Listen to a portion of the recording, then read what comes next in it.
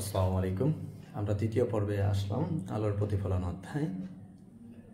গত ক্লাসে আমরা দেখানোর চেষ্টা করছি আলো কি জিনিস ছিল। বলছি আলো যে আমাদের দেখার অর্থাৎ দর্শনের অনুভূতি জায়গায় তাকেই আলো। আলোকে কেন্দ্র করে প্রতিফলনের আমরা গততে শিখছি, গত ক্লাসটাতে আলোর প্রতিফলন, আলোর প্রতিসরণটা কি, শোষণটা কি এই সম্পর্কে ধারণা হয়েছে, এবং অবিলম্ব, আপাতিত রশ্মি, প্রতিফলিত রশ্মি, এরপরে আপাতন কোণ, প্রতিফলন কোণ, এই জিনিসগুলো আমরা গত ক্লাসে শিখছি। তা এখন আসি আলোর নিয়মিত প্রতিফলন। গত ক্লাসের শেষে একটু বলা হয়েছিল যে যদি কোনো মাধ্যমে আলো রশ্মির সমান্তরালে আসে এবং প্রতিফলনের পর সেটা যদি সমান্তরালেই প্রতিফলিত হয়ে যায় তখন তাকে বলা হবে নিয়মিত প্রতিফলন।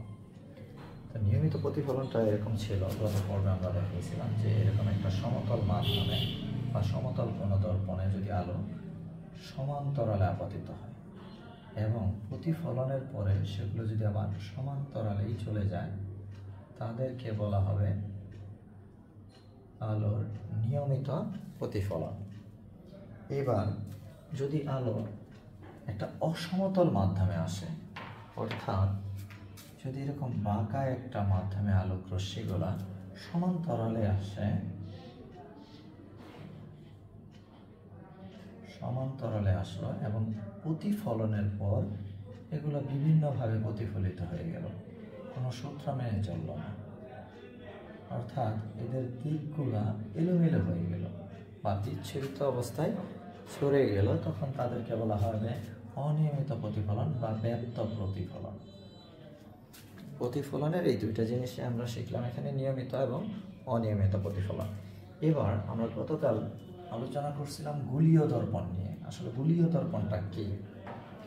গোলীয় দর্পণ, গোলীয় দর্পণ হলো যে গোলকের অংশ বিশেষ এবং তার প্রতিফলক পৃষ্ঠে আলোর নিয়মিত প্রতিফলন ঘটবে, সেটা হলো গোলীয় দর্পণ। গোলীয় দর্পণে দুইটা দর্পণ হতে পারে আমাদের, উত্তল এবং অবতল।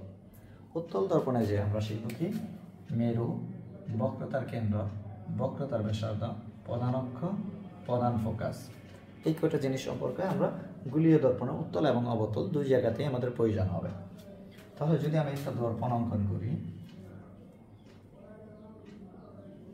এটা একটা দর্পণ মনে করি এম ডট, এখানে পি, এম ডট একটা গোলীয় দর্পণ। এই দর্পণটাকে যদি আমরা অবতল কল্পনা করে নিই তাহলে এর বাহিরের পৃষ্ঠে অর্থাৎ উত্তল পৃষ্ঠে আমাদের পাড়া লাগাতে হবে, পাড়া বা রং করতে হবে উত্তল পৃষ্ঠে। এখন উত্তল পৃষ্ঠে রং করার পরে এই যে পৃষ্ঠটা আমরা অঙ্কন করছি, অর্থাৎ অবতল দর্পণ হোক বা উত্তল দর্পণ হোক, গোলীয় দর্পণের সবচেয়ে উঁচু বিন্দুটা বা মধ্যবিন্দুটা হলো মেরুবিন্দু, যাকে পি দ্বারা প্রকাশ করে। তার মানে মেরুবিন্দু আমরা বলতে পারি গোলীয় দর্পণের মধ্যবিন্দু। গোলীয় দর্পণের মধ্যবিন্দু মনে রাখার জন্য বলতে পারি সবচেয়ে উঁচু বিন্দুটা হলো মেরুবিন্দু, যাকে পি দ্বারা প্রকাশ করা হয়। এরপরে আসি আমরা বক্রতার কেন্দ্রটাকে। বক্রতার কেন্দ্র হলো এই যে গোলীয় দর্পণটা, এটা যে কোনো একটা গোলকের অংশ। তাহলে এই গোলকটা অঙ্কন করতে যে, অর্থাৎ গোলীয় দর্পণ যে গোলকের অংশ সেই গোলকের কেন্দ্রকে বলা হবে বক্রতার কেন্দ্র। বক্রতার কেন্দ্রকে সি দ্বারা প্রকাশ করে। আমি আবারও রিপিট করতেছি যে গোলীয় দর্পণটা যে গোলকের অংশ বিশেষ তার কেন্দ্রকে বলা হবে বক্রতার কেন্দ্র, তাকে সি দ্বারা প্রকাশ করা হয়। এবার আসি আমরা বক্রতার ব্যাসার্ধ।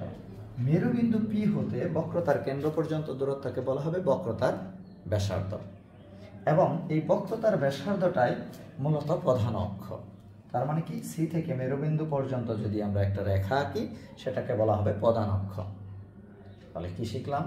বক্রতার ব্যাসার্ধ হলো বক্রতার কেন্দ্র হতে বা মেরুবিন্দু হতে বক্রতার কেন্দ্র পর্যন্ত দূরত্বকে বলা হবে বক্রতার ব্যাসার্ধ। এরপর আবার আমরা বলতে পারি বক্রতার কেন্দ্র হতে মেরুবিন্দু পর্যন্ত যদি একটা সরল রেখা কল্পনা করা হয় সেটাই হবে কি প্রধান অক্ষ। এবং এই রেখা ব্যতীত অন্য যে অক্ষগুলাই আমরা আরো চাইলে অঙ্কন করতে পারি, সেই অক্ষগুলা, যেমন এটা একটা অক্ষ, এটা একটা অক্ষ, এদের নাম হলো গৌণ অক্ষ। গৌণ অক্ষ। আমি আশা করি তোমরা বুঝতে পারছো বিষয়টা, যে এই প্রধান অক্ষ ব্যতীত আমরা যতগুলো অক্ষ অঙ্কন করব সবই হলে গৌণ অক্ষ। এখন এরপরে আরেকটা কথা বলছি যে প্রধান ফোকাসটা কি। প্রধান ফোকাসটা কি? প্রধান ফোকাস হলো যে যদি কোনো গোলীয় দর্পণে এক গুচ্ছ আলোক রশ্মি সমান্তরালে আসে, অর্থাৎ প্রধান অক্ষের সমান্তরালে আসলো এবং তারা প্রতিফলিত হয়ে একটা বিন্দুতে যে মিলিত হয়ে যাবে। এদিক থেকেও আসলো, তারা প্রতিফলিত হয়ে একটা বিন্দুতে যে মিলিত হবে, অর্থাৎ প্রধান ফোকাসটা বা ফোকাস বিন্দু, প্রধান ফোকাস বিন্দুটা এফ হবে, তাকে এফ দ্বারা প্রকাশ করা হয়। সেক্ষেত্রে আমরা বলতে পারি যে যদি কোনো আলোক রশ্মি প্রধান অক্ষের সমান্তরালে এসে দর্পণে আপাতিত হয় এবং প্রতিফলনের পরে তারা একটা বিন্দুতে মিলিত হচ্ছে অথবা মিলিত হয়, মিলিত হচ্ছে বলে মনে হয় অথবা তারা মিলিত হয়, ওই বিন্দুটা হবে ফোকাস বিন্দু। ওই বিন্দুটা হবে ফোকাস বিন্দু। এই বিন্দুটার নাম হলো ফোকাস বিন্দু। ফোকাস বিন্দু, এই বিন্দুর নাম হলো ফোকাস বিন্দু। এখন ফোকাস বিন্দু অর্থাৎ মেরুবিন্দু হতে ফোকাস বিন্দু পর্যন্ত দূরত্বটাকে বলা হবে প্রধান ফোকাস দূরত্ব। এটাকে বলা হবে কি, এই পি থেকে এফ অর্থাৎ মেরু থেকে ফোকাস বিন্দু পর্যন্ত দূরত্বকে বলা হবে ফোকাস দূরত্ব। ফোকাস দূরত্ব যাকে এফ দ্বারা প্রকাশ করা হয়। ফোকাস দূরত্বকে এফ দ্বারা প্রকাশ করা হয়। বক্রতার ব্যাসার্ধ, বক্রতার ব্যাসার্ধ একে আর দ্বারা প্রকাশ করা হয়। বক্রতার ব্যাসার্ধ প্রকাশ করা হয় আর দ্বারা। এই দুইটা অপশনে আমাদের একটা সূত্র আছে যে এই যে ফোকাস বিন্দুটা সাধারণত সেটা হবে বক্রতার ব্যাসার্ধের অর্ধেক, অর্থাৎ সেখান থেকে আমরা লিখতে পারি এফ ইকুয়াল হবে আর বাই 2, অর্থাৎ ফোকাস দূরত্ব হবে বক্রতার ব্যাসার্ধের অর্ধেক। এটা আমরা একটা অবতল দর্পণ আঁকছিলাম। এখন আমাদের এই উত্তল দর্পণ এবং অবতল দর্পণের যে বিষয়টা, উত্তল দর্পণে কি হবে, উত্তল দর্পণে সব সময় অবাস্তব প্রতিবিম্ব হবে। আমরা আগেই বলছি যে প্রতিবিম্বটা দুই ধরনের হবে, একটা হলো বাস্তব বা সৎ, অবাস্তব বা অসৎ। এখন উত্তল দর্পণে আমাদের যত বস্তুই রাখি না কেন তার প্রতিবিম্বটা হবে অবাস্তব। তার একটা যদি আমরা চিত্র অঙ্কন করি, মানে এটা যদি একটা উত্তল দর্পণ হয়, উত্তল দর্পণ হয়, তাহলে এটাকে ধরে নিলাম এম পি এম ডট, ভেতর সাইডে এবার কি থাকবে, পাড়া লাগানো থাকবে। ভেতর সাইডে পাড়া লাগানো থাকলে অর্থাৎ অবতল পৃষ্ঠে পাড়া লাগানো থাকলে এটা আমাদের উত্তল দর্পণ হিসেবে কাজ করবে। এটা প্রধান ফোকাস বক্রতার কেন্দ্র। এখন বলছি এম পি এম ডট একটা উত্তল দর্পণ। এখানে যদি তার সামনে আমরা একটা লক্ষ্যবস্তু রাখি, লক্ষ্যবস্তু রাখলাম এবি, এবি লক্ষ্যবস্তু। এখন এই লক্ষ্যবস্তুর অর্থাৎ এই বিন্দু থেকে একটা আলোক রশ্মি প্রধান অক্ষের সমান্তরালে আসলো। এই বিন্দু থেকে আলোক রশ্মিটা কোথায় আসলো, প্রধান অক্ষের সমান্তরালে দর্পণে আপাতিত হলো। আপাতিত হওয়ার পরে এইটা তির্যকভাবে প্রতিফলিত হয়ে যাবে। তির্যকভাবে প্রতিফলিত হলো। এই প্রতিফলিত রশ্মিকে যদি আমরা পেছন দিকে বর্ধিত করি সেটা প্রধান ফোকাস দিয়ে অতিক্রম করবে। এরপর আরেকটা আলোক রশ্মি আমাদের যদি বক্রতার কেন্দ্র বরাবর আসে, অর্থাৎ বক্রতার কেন্দ্র বরাবর একটা আলোক রশ্মি দর্পণে আপাতিত হলে সেটা সেই পথে প্রতিফলিত হয়ে যায় এবং এটাকে যদি আমরা পেছন দিকে বর্ধিত করি, সেটা পেছন দিকে বর্ধিত করলে বক্রতার কেন্দ্র দিয়ে বের হয়ে যাবে। এই যে প্রধান অক্ষ বরাবর যে একটা প্রধান ফোকাস বরাবর যে একটা রশ্মিকে আমরা পেছন দিকে বর্ধিত করছি এবং বক্রতার কেন্দ্র বরাবর যে বর্ধিত করছি তারা একটা বিন্দুতে মিলিত হয়। এই বিন্দুটা হবে এ বিন্দুর প্রতিবিম্ব অর্থাৎ এ প্রাইম। এখন এখান থেকে যদি আমরা প্রধান অক্ষের উপর একটা লম্ব অঙ্কন করি, সেটা যে বিন্দুতে ছেদ করবে সেটা হবে পি প্রাইম। তার মানে এ বি এর প্রতিবিম্ব হবে এ প্রাইম বি প্রাইম, অর্থাৎ এ বি লক্ষ্যবস্তু হলে তার প্রতিবিম্ব হলো এ প্রাইম বি প্রাইম। এখন এখানে আমরা লক্ষ্য করতেছি প্রতিবিম্বটা দেখতে কেমন হয়েছে। প্রতিবিম্বটা কিন্তু আমাদের প্রতিফলিত রশ্মিগুলো মিলে নাই, এগুলোকে আমরা পেছন দিকে করছি, বাড়াইছি, বাড়ানোর পরে এটাকে বলা হয় প্রতিসৃত রশ্মি। প্রতিসৃত রশ্মি দুইটা এ বিন্দুতে অর্থাৎ এ প্রাইম বিন্দুতে মিলিত হয়ে এ বিন্দুর প্রতিবিম্ব তৈরি করেছে। তাহলে লক্ষ্য করলে দেখা যাচ্ছে যে প্রতিবিম্বটার আকৃতি কিন্তু ছোট হয়ে গেছে। অর্থাৎ যে প্রতিবিম্বটা ছিল তার অবাস্তব প্রতিবিম্ব পেয়েছি আমরা। দর্পণের পেছনে যে প্রতিবিম্বগুলো গঠিত হবে সেগুলোই হবে অবাস্তব, সামনে হলেই হবে বাস্তব। এখন এই যে এখানে যে আমরা একটা বস্তু রাখছি, সেই বস্তুটার প্রতিবিম্বটা কেমন হয়েছে? ছোট, অর্থাৎ খর্বিত, এবং সেটা হয়েছে অবাস্তব প্রতিবিম্ব। এবং সেটা দেখতে কেমন? এটা সোজা ছিল, এটাও সোজা। তার মানে আমরা এখান থেকে পাইলাম যে উত্তল দর্পণের প্রতিবিম্বের প্রকৃতি,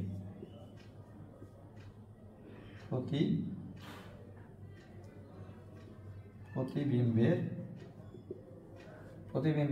প্রকৃতিটা কেমন? প্রকৃতি হলো বলছে এটা হয়েছে সোজা, খর্বিত, সোজা এবং খর্বিত, অবাস্তব, সোজা, খর্বিত, অবাস্তব। এটা হলো উত্তল দর্পণে। কারণ উত্তল দর্পণে আমরা যত বস্তুই রাখি এই দর্পণের সামনে, তার আকৃতি কি হবে? সব সময় ছোট হবে, এবং সেই দর্পণের যে প্রতিবিম্বটা হবে সেটা হবে অবাস্তব প্রতিবিম্ব। অবাস্তব প্রতিবিম্ব সেটা হবে কি? অবাস্তব প্রতিবিম্ব। এখন এইখানে যদি আমরা উত্তল দর্পণের কাছাকাছি রাখি তাহলে আমাদের প্রতিবিম্বের আকার বৃদ্ধি পাবে, যত দূরে নেব আকার তত হ্রাস হবে। এটা হলো উত্তল দর্পণের ক্ষেত্রে। মনে রাখতে হবে একটা বিষয়, উত্তল দর্পণের ক্ষেত্রে সবসময় আমাদের প্রতিবিম্বটা হবে কি? প্রতিবিম্বটা হবে অবাস্তব। এবার আসি আমরা অবতল দর্পণে। অবতল দর্পণে একটা দর্পণ যেখানে উত্তল এবং অবতল দুইটাই প্রতিবিম্বই গঠন করা যায়। বা অবতল দর্পণে যদি আমরা লিখি, আগে যদি আমরা দেখতে চাই যে অবতল দর্পণ, এই অবতল দর্পণের এম ডট একটা অবতল দর্পণ, এটা হলো ফোকাস বিন্দু, বক্রতার কেন্দ্র। এখন এইখানে যদি আমরা একটা আলোক বস্তু রাখি, অর্থাৎ এবি একটা বস্তু রাখলাম, তাহলে আমাদের শর্ত মতে কি হবে? শর্ত মতে আমরা বলছি প্রধান অক্ষের সমান্তরালে কোনো আলোক রশ্মি আসলে সেটা প্রধান ফোকাস দিয়ে বের হয়ে যাবে। আপাতিত রশ্মিটা এই পথে প্রতিফলিত হয়ে গেল, এই পথে প্রতিফলিত হয়ে গেল। কিন্তু আমাদের আরেকটা শর্ত আছে যে কোনো আলোক রশ্মি যদি প্রধান ফোকাস দিয়ে দর্পণে আপাতিত হয়, সেটা প্রধান ফোকাস দিয়ে আসলে বক্রতার অর্থাৎ প্রধান অক্ষের সমান্তরালে সেটা প্রতিফলিত হয়ে যাবে। এই যে প্রতিফলিত রশ্মি পেছন দিকে বাড়াইলে তারা একটা বিন্দুতে যে মিলে গেল, সেটা হবে এ বিন্দুর প্রতিবিম্ব এ প্রাইম। এখান থেকে যদি আমরা প্রধান অক্ষের উপর লম্ব অঙ্কন করি, সেটা যে বিন্দুতে ছেদ করবে সেটা হবে বি প্রাইম, এ প্রাইম, এবং সেটা যখন আমরা লক্ষ্যবস্তু নেব তখন সেটা হয়ে যাবে কি? B prime. বি প্রাইম হলে এখন দেখা যাচ্ছে যে আমার প্রতিবিম্বের আকৃতিটা কেমন হয়েছে? প্রতিবিম্বের আকৃতি ছিল ছোট, এখানে এসে বড় হয়ে গেছে। প্রকৃতিটা কি হয়েছে? এটা ছিল বাস্তব, এখানে এই বস্তুটার কি হয়েছে? বাস্তব প্রতিবিম্ব হয়েছে, এবং প্রতিবিম্বটা হয়েছে উল্টো। তাহলে কি শিখলাম? আকৃতি হয়ে গেছে বড়, আকৃতিতে এটা বড়, উল্টো হয়ে গেছে, প্রতিবিম্বটা হয়েছে কি? বাস্তব প্রতিবিম্ব।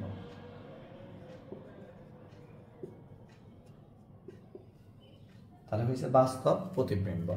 এটা হলো অবতল দর্পণে বাস্তব প্রতিবিম্ব। এবার যদি আমরা অবতল দর্পণে অবাস্তব প্রতিবিম্ব তৈরি করতে চাই, তাহলে সেটা কিভাবে হবে? অবতল দর্পণে অবাস্তব প্রতিবিম্ব তৈরি করতে চাইলে এটাকে যদি আমরা অবতল দর্পণ কল্পনা করে নেই,